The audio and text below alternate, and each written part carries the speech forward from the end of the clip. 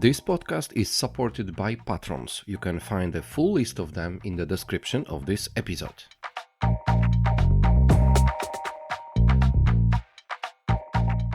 Hello, listeners and viewers of Good Morning BSS World podcast. This is Wiktor, doctor, and today I do have in my show a big number of guests. Probably, I do not recall actually having three people on my podcast and actually representing three different organizations, and even more, being present on two different continents in at least two different countries. So now I introduce you my guests for today. The first of them is Shelli Ryan. Hi, Shelli. How are you?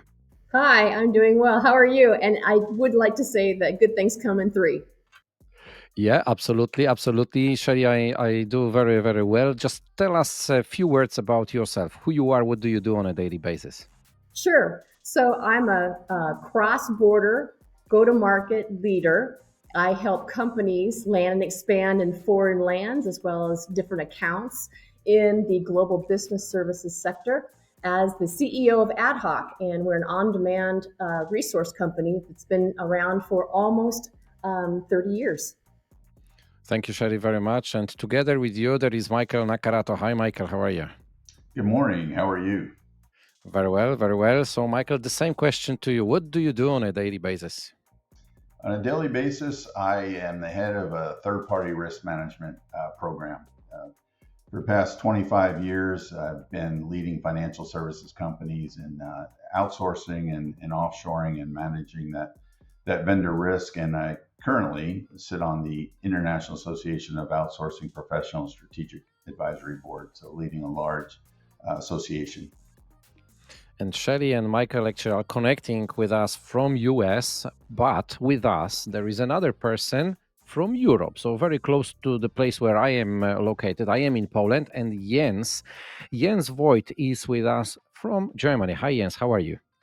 Hey, Wiktor, great to be here. Thank you very much for being with us. So, Jens, the same question to you. What do you do on a daily basis? Yeah, thanks, Wiktor. I focus on outsourcing. That's what I do. I work for eBay, been with eBay now for 13 years, and I look after all of eBay's global BPO outsourcing with focus on outsourcing strategy, of outsourcing implementation, of onboarding, offboarding vendors, and also our contracts and commercials. So really exciting, and it's great to be here. Thank you very much. So even though Jens is in Europe, he is representing American business. So we do have representatives of American organizations and who are on this show. The reason why we are meeting today is actually one event which connected all of us a month ago. We were all together participating, Follow the Leaders event, which was organized by Pro Progressio in Poland, in Gdańsk. And one of the topics, actually it was an opening subject for the whole event, was to focus on the way how American companies are creating their strategy or are moving into the nearshoring or offshoring locations. So we thought that it might be really good to come back to this story and to have this discussion on today's show.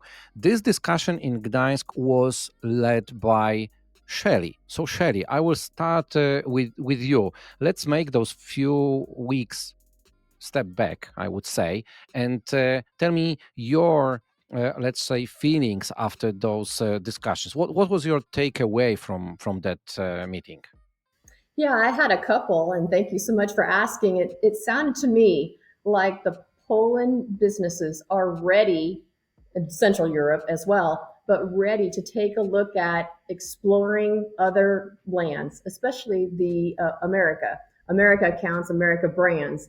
But there is a little bit of hesitation. Like, do I have the right point of view? Do I have the right narrative?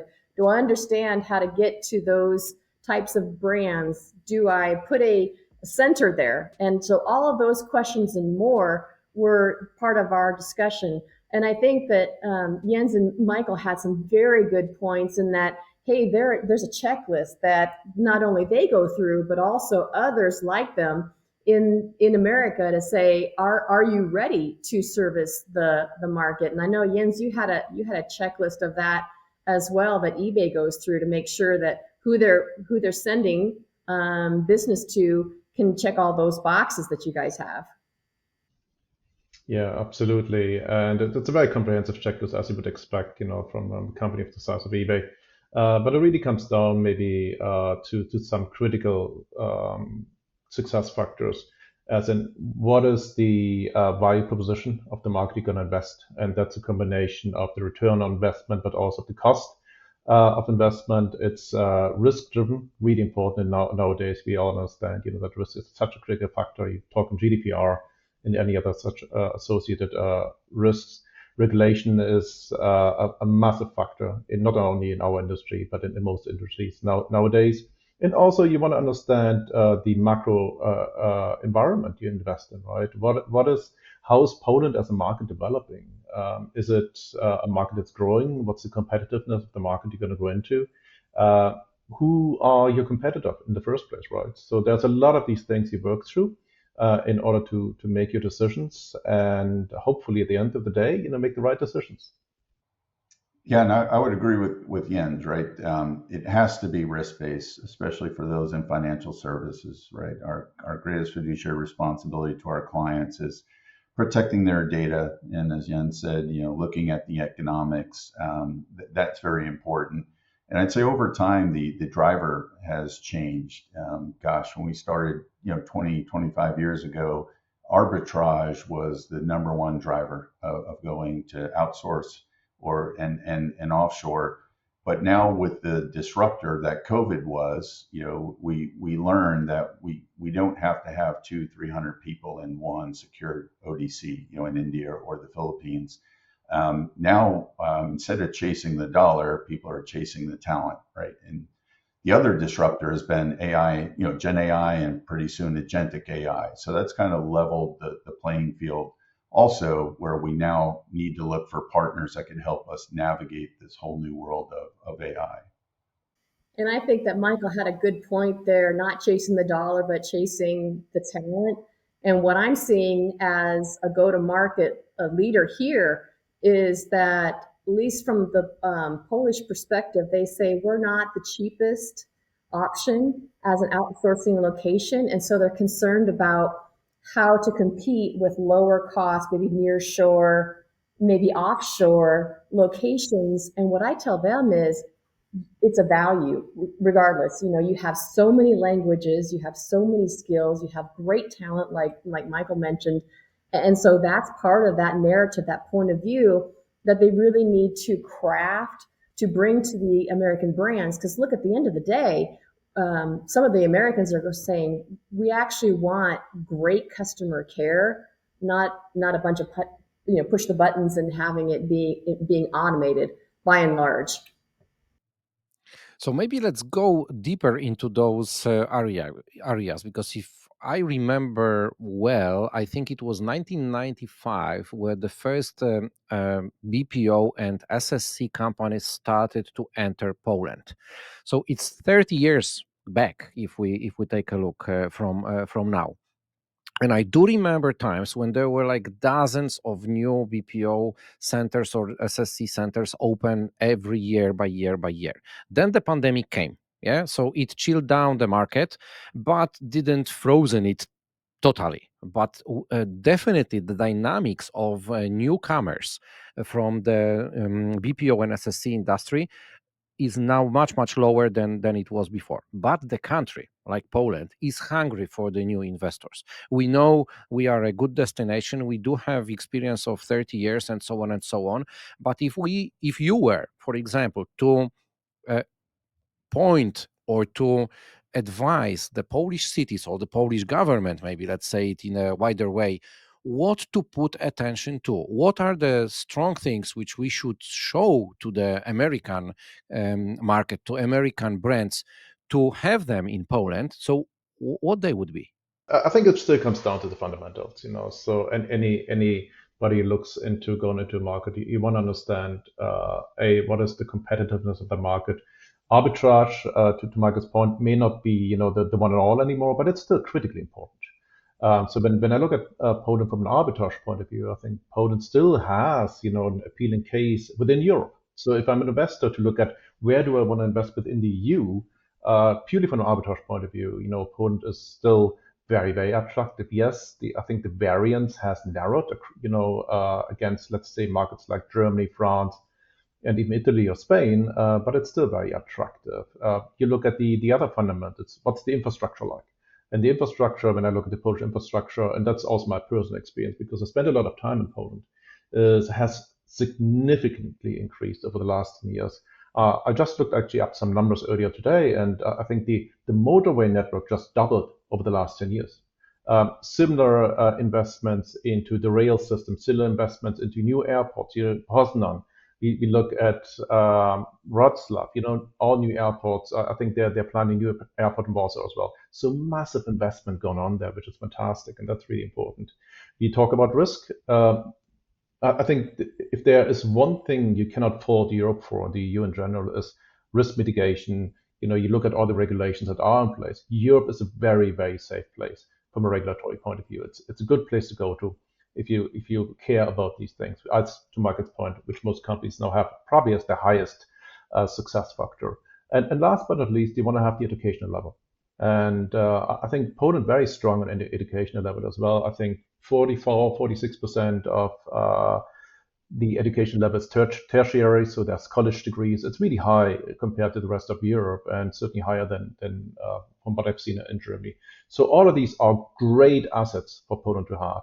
So when I look at Poland in the European context, fantastic. Now, if I broaden that context, right, if I look at it from a global context, then it shifts a little bit. Still think infrastructure, even digitalization, educational systems are very, very good. Arbitrage really goes away. And that's where you start to look at, okay, again, to Mike's and Shelli's point, value. How do I compare not only from an arbitrage point of view, but how do I compare from a value point of view? Still a good case there for Poland. I believe, given that you do get the high education level, you have the great infrastructure, you have a very stable political system, you operate in a very in a de-risk environment. All of these things create value at the end of the day, but the cost is relatively high compared to Africa, Asia, and so forth, right? And that's where I think the Polish case becomes a little bit less impactful. But again, there's good science here. What can you do about these things? And when you think about what are the actions you can take as the Polish government, I think you want to look at, all right, how can I continue to attract investors? One of the things you always want to do is you look at your tax basis. What's the cost of undertaking when you go into a market like Poland compared to other markets? What is the outlook in terms of stability from a market? Yes, you can probably go into lower cost regions, but typically lower cost regions come with a higher risk of operating undertaking as well. So that's very, very important. So I think overall, there's still a very appealing case for Poland.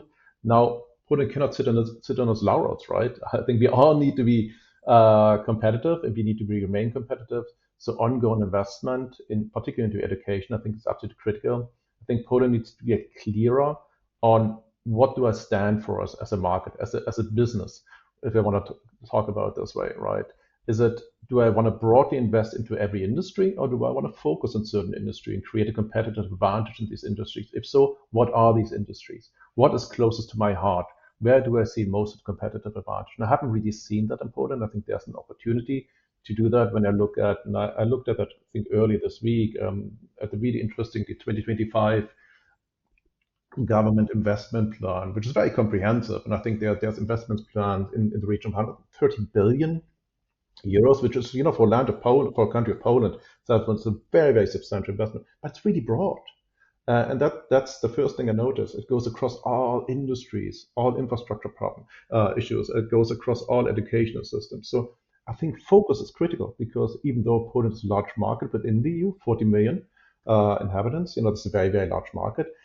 In the big scheme of things, compared to North America, over 300 million, if you compare to China, if you compare to Russia, not as high. So I think it's really important to figure out what is my place, where can I create a competitive advantage, where value is driving the investment criteria, not so much arbitrage.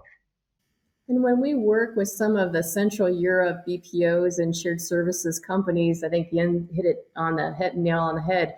The ideal customer profile that they can identify. Who is my ideal customer? And when I say ideal, I mean who's the most profitable. Obviously, something that you're doing in Poland may not translate into the most ideal and profitable customer in America. So I think that just to be focused on who you're going after, not have 15 verticals you're going after, but it might be 3, because as I said at the top of the call, good things come in 3. So we really encourage getting very honest with yourself to determine who in America is my ideal prospect, and how will I know? And usually what we say is, you probably need to come over here, do a listening tour, bring 3 of your executives over and listen to the brands, the prospects, and have a matchmaking, sit down with them and talk about it just on a general basis to say, what are your pain points? How can you see a Polish entity helping you, or what are the pros and cons from your perspective, and then map out that narrative and that velocity and having a RevOps opportunity. But I'll say also, I think what we came away with after the conference, and I know there was another panel that talked about this as well, there has to be a pretty aggressive public relations campaign promoting Poland. We heard so many great things about how fantastically adept and capable and, like I say, a value Poland is.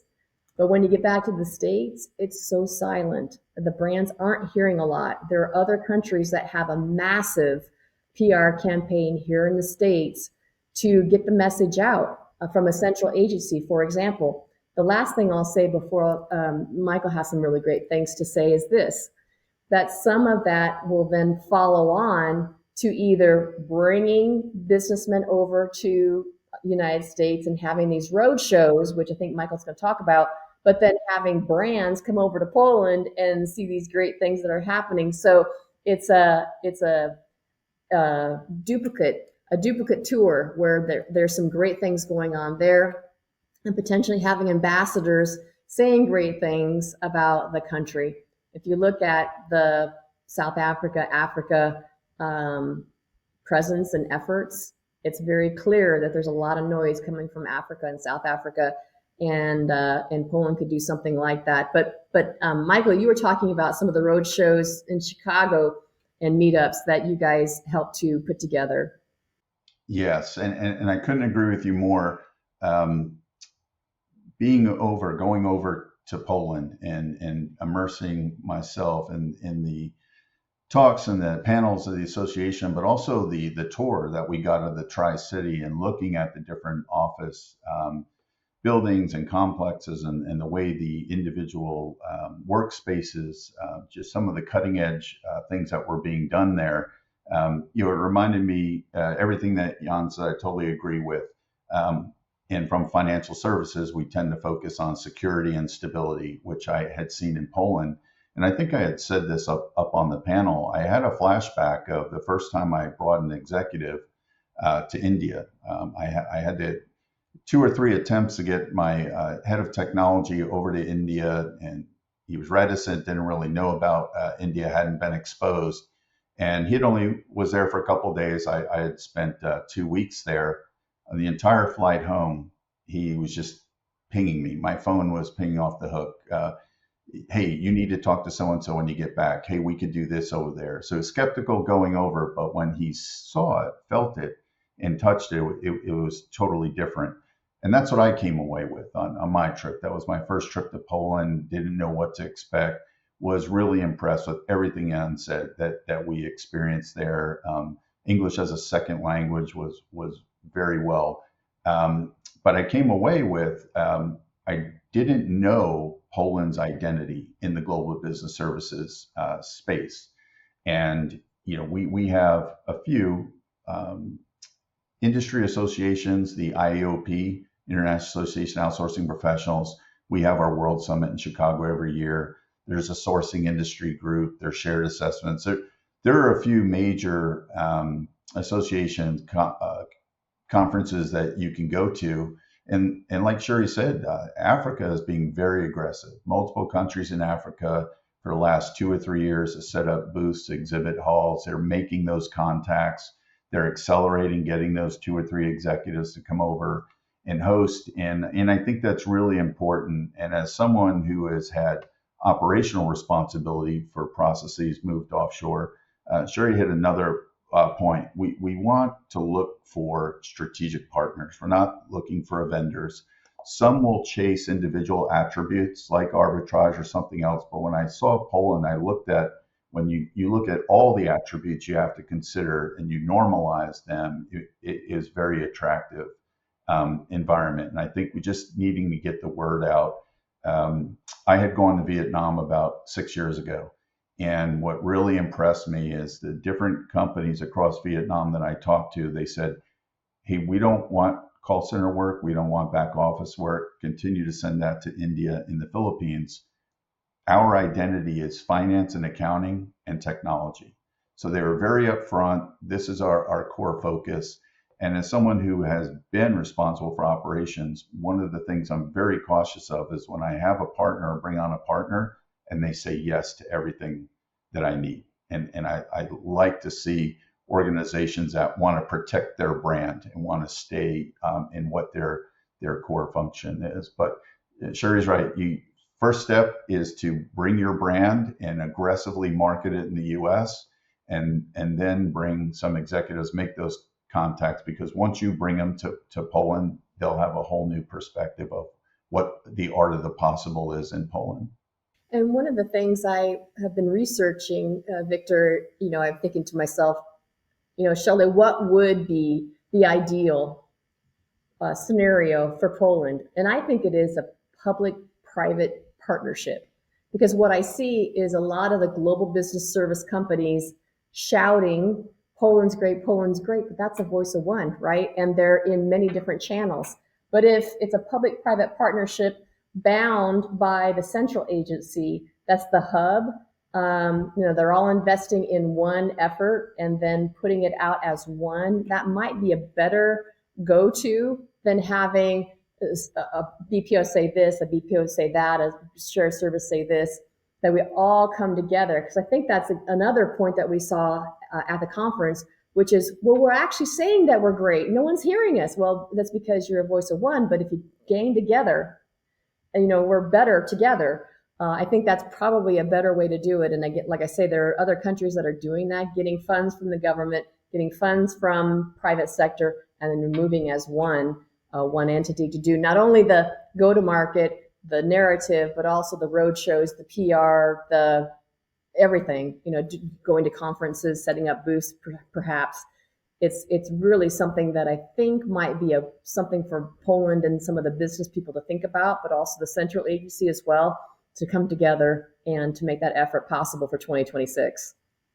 Yeah, I put a lot of notes during your insights in here, and this point about being more aggressive in PR campaign actually was said by all of three of you. So I put that note even three times. I can see in here.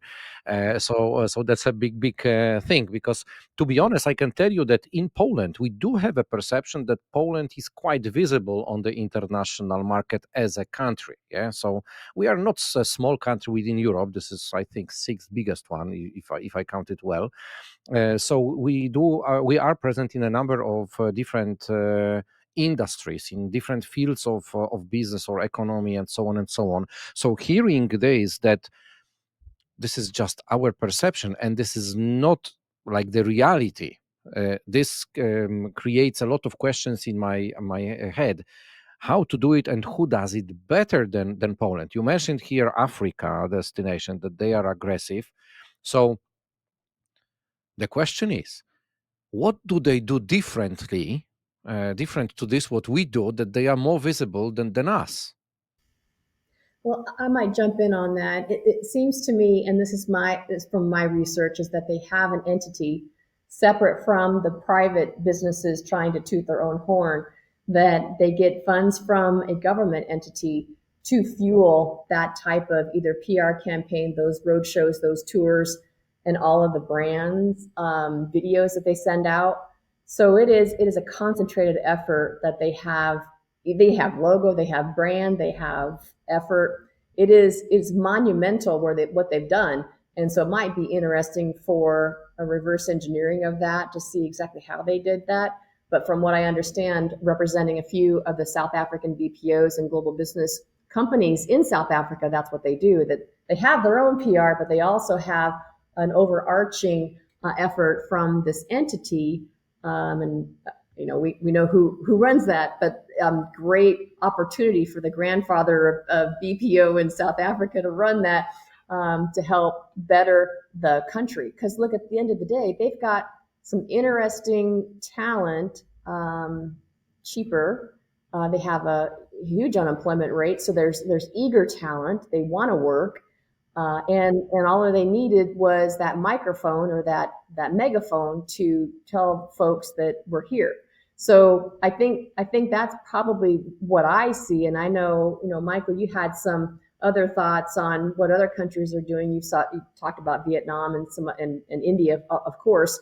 And those are some of the countries that I saw in a recent profile of an analyst where they get ranked, right? And how do we get Poland ranked up to the tippy top instead of maybe in the mid top 10-ish, if you will? I can't remember where Poland is situated in those rankings, but next year I'd love to see them number one or two.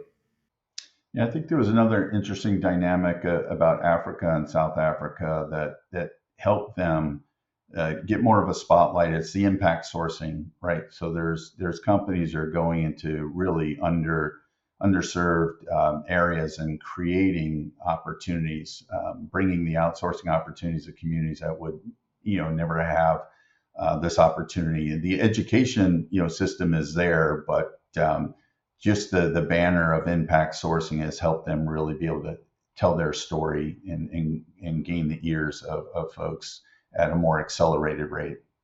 Yeah, I think I would agree with all of that, what Shelli and Michael were saying. There is a critical differentiator though, and I'm coming from a very narrow focus now, talking about the Polish BPO industry. So if you look at the Polish BPO industry and associated similar industries, they're probably employed to 500,000 people in Poland. They contribute close to 6% of GDP. That's a massive contribution. But when you compare this to Africa, it's nowhere near that, right? Africa is very much developing. I think South Africa is the big exception within Africa, where you have a more established BPO industry. But outside of Africa, you look at Kenya, Rwanda, Nigeria, Ghana, probably as some of the emerging markets. But the approach is very different, right? So you're talking about an industry that is developing, and it's marketing itself really well based on sustainability, particularly also based on cost and arbitrage, versus the Polish BPO industry, which is marketing itself and being very established. And as we mentioned early on, that arbitrage factor, you may have a bit of that still in Europe. You certainly don't have it in comparison to Africa, right? That arbitrage is simply not there. So it really comes down to the qualitative factor of the work. It comes down to the risk. And it comes down to how do you work in a heavily regulated environment. I think these are the advantages the Polish industry has. But it comes what you mentioned early on, Wiktor. I think you made that point really well. Is there is this perception about Poland. I do spend a lot of time in Poland. That Poland is internationally well recognized. Polish strengths, Polish achievements are well recognized. But outside of Poland, that's actually not as much the case. Now, I think that's where really, to Shelli's point, there's maybe this combination of the private and the governmental sector come together and marketing Poland far more successfully than that has been done in the past, and more importantly, not more successfully by having a succinct, combined approach and plan. I think that's probably the key for Poland going forward to attract investment. The other key is also diversification. There's a lot of other countries in the world outside of the US who are really interested in entering Europe. And what you've seen when I just look at Ireland, and I lived for a long time in Ireland, so I have a lot of experience. And Ireland is a fascinating case. Ireland is really the gate into Europe for so many international companies. Why couldn't Poland be the next gate, right? There's nothing in Poland's way stopping Poland being the next Ireland in terms of attracting a lot of foreign investment. Highly educated workforce, right? All the infrastructures there. You're part of the EU, so once you invest and set up in Europe, you're covered European-wide. So there are so many things going for Poland. You've got to go out there, and you've got to show people that there's opportunity. And I'll just add a bookend to that. And maybe it's not that Poland competes on the talent in the legacy term of talent, meaning people. In fact, a couple of days ago, I was having a call with a call center in Poland, and they said, Shelli, we don't want to sell butts and seats. We want to sell our AI and our avatars and all of our technology advances and our advancements. And I think that's probably a smart way to go, because look, when we had the briefing from the central agency, I was shocked to learn how many technology inventions were actually based in Poland, right? Siri and OpenAI has a root there, and some other great technology advancements. And maybe we go with that versus trying to say how great the people are, which of course they are. But I also think the triangulation of that is Poland is super safe, right? Safest place on the planet, probably. And that comes into play when we're looking at other places where there's some political uprising, some issues that make it less desirable to put your business there. So I think I might lead with the technology angle if I were putting together a PR campaign on that to attract brands to work with a Polish business. It's safer to put more advanced work in Poland. One of the disadvantages of Africa is you're going to have to be a trailblazer there, right? And there's a lot of folks that are just watching Africa, but they'll be a close follower, but they're, especially financial services, right? They're not going to go out there and lead with that. They're going to need to see that it's much safer to do the business that we need to do. So I think, again, from security and stability, it's less risky to enter the Polish market and enter it at a higher level of complexity and intellectual capital there. Few comments here. Yes, this technology is really, really a strong point, and there are not too many people who know that the first voice of Alexa was actually created in Poland. Yeah, so this is something what is connecting Poland to US business anyway. Yeah, with Amazon. So this is one thing, and this island, Jens. I had a story of my life that within between 2006 2012, I was working for one of the Irish BPO companies. The name was at that time Southwestern. It is now a part of Capita Group.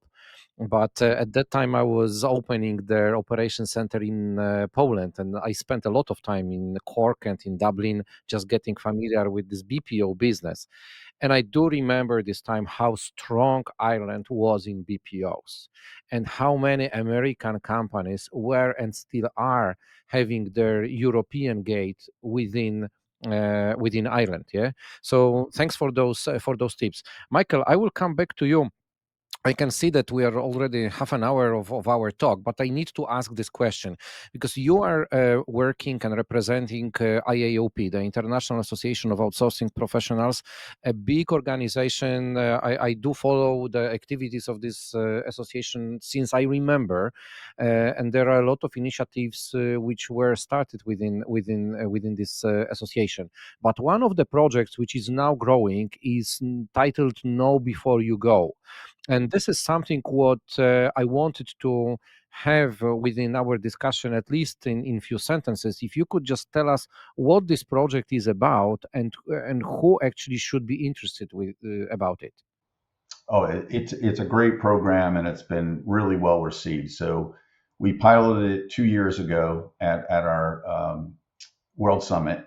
And what we want to do again is recognize from our membership, there was some India, Philippines fatigue, but folks just weren't aware of the other global geographies that were open to them. So we started an hour panel and we went to our membership. We asked them what are some of the geographies you're most curious about and interested in. So we bring 4 representatives, each from a different location. We've had Belize, Egypt, Toronto, a mix globally, and we get folks on stage and just really to do what we've been talking about on this call, just to educate, just, did you know? And so we talk about the business environment, we talk about the skills and the competencies that are available there. And just like we said, traveling there is very important. We also have them focus on some of the cultural norms that folks need to be aware of when traveling to these geographies, what to do, what not to do. And 2 years ago, in the attendee survey, it was the highest rated session. So we brought it again this year. And even in Poland, we talked to Marcin from the Pomeranian group. Hopefully we'll be able to get him in Chicago next year and actually we're planning to dedicate half the session to Marcin to really talk about the Tri-City area and everything that we had learned being there this year. So matter of fact, I was just on a call with the CEO, Debbie Hamill, this morning, and we had our newest member from Colombia. And they're very interested in coming next year and just educating our association on the advantages. Obviously, there's arbitrage, there's time zone for US, there's bilingual capability. So we're just going to really continue to focus on the sort of non-traditional geographies because it's all about educating and getting the word out. So we're really excited to really feature Poland this late April, early May.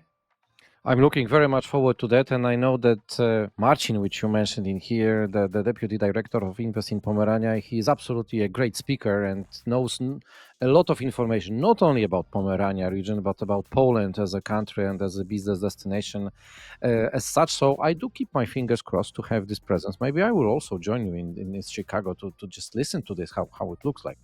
We would welcome that. So I talked to Debbie. If we have enough to dedicate the whole session this year to Poland, we will, because we're excited. I was excited about what I saw there, and I definitely think it would benefit our association to really go deep on Poland this year for Know Before You Go. Guys, thank you very much for today. But just not to leave our listeners and viewers without any takeaways, if I could ask you for the very, very end, just to share with us one tip which you would share how to actually make America more interested in Poland. So what it would be? Just one tip from each of you. Well, I'll go first. I think the point of view, the differentiator, the narrative is important. Yeah, I'd say get the word out and then get somebody to come on over. I would agree with both. And if we can add one, it's diversify, but also be focused. Right? I think that's so critical to play both roles. And if you can do these things, I think you're going to be successful. Thank you very much. So our listeners and viewers, if you would like to get more information about Poland, you can feel free to contact myself. And if you are from Poland and you would like to do some business with America, you have at least these three people who I had the pleasure to have on my show today, who can share with you more tips and valuable information about how to do that. Shelli, Michael, Jens, thank you very much for today. Thank you. Thank you.